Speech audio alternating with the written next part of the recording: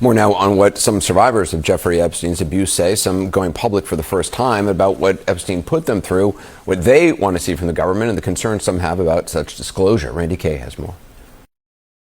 Between 15 and 17. I was 14. 14. Ashley, you've never shared your story publicly. Why is the right time now to come forward, do you think? I think now is a good time because of how the climate's changed in the public towards us. Every time we see on my social media or when we go out anywhere, it takes you back to when you were molested by him. The women's therapist joined them for the interview. It's almost a form of imprisonment. Even now, decades later, it's still difficult for these women to comprehend what happened to them. There's been a sense of detachment there. I have to remember that this was me, that this happened to. This wasn't like just Courtney, this is actually me. He was good at that, and he was good at making that very weird situation maybe not the weirdest thing until the abuse happened. The first time the abuse happens, I just remember how traumatized I was and how disgusted I felt within myself. I associated relationships with men with money. It's a very big manipulation thing when you're 14 and broke, and then you put those two and two together, and it kind of runs your life. And everybody that signed my yearbooks before I went was like, have a great summer, let's chill. It was, all positive. And then after I went, all the comments were different. It was, I'm really worried about you. I just became very angry. And I acted out a lot. It just digs deep. You're figuring out life, who you are, and just to be used and abused is just so painful. There was more pain in 2007 when Epstein, who was facing federal charges for abusing young girls, cut a sweetheart deal with the government to avoid federal prosecution.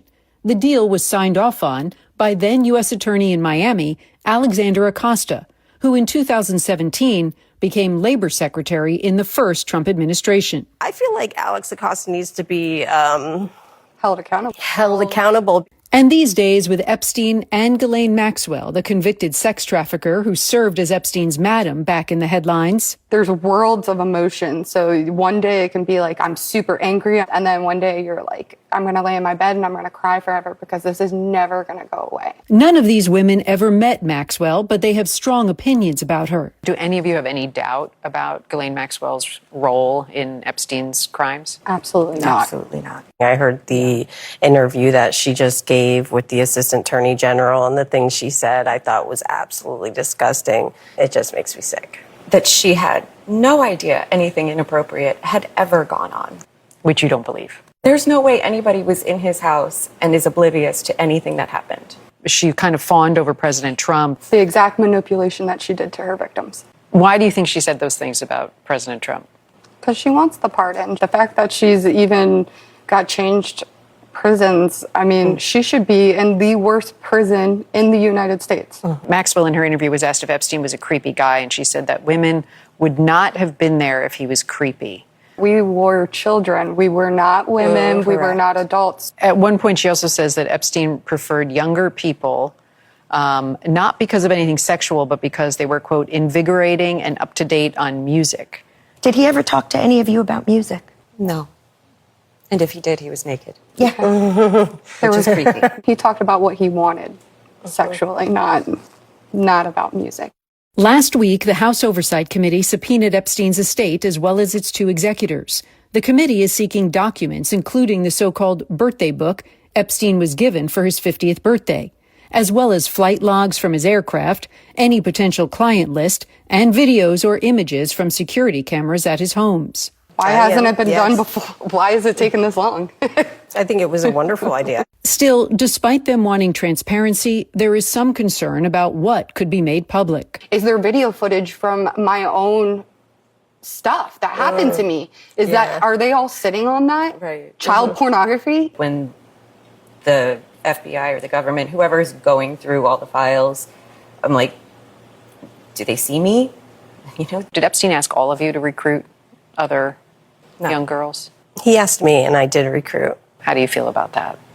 I feel so disgusting about that. I felt like I was making him happy or proud.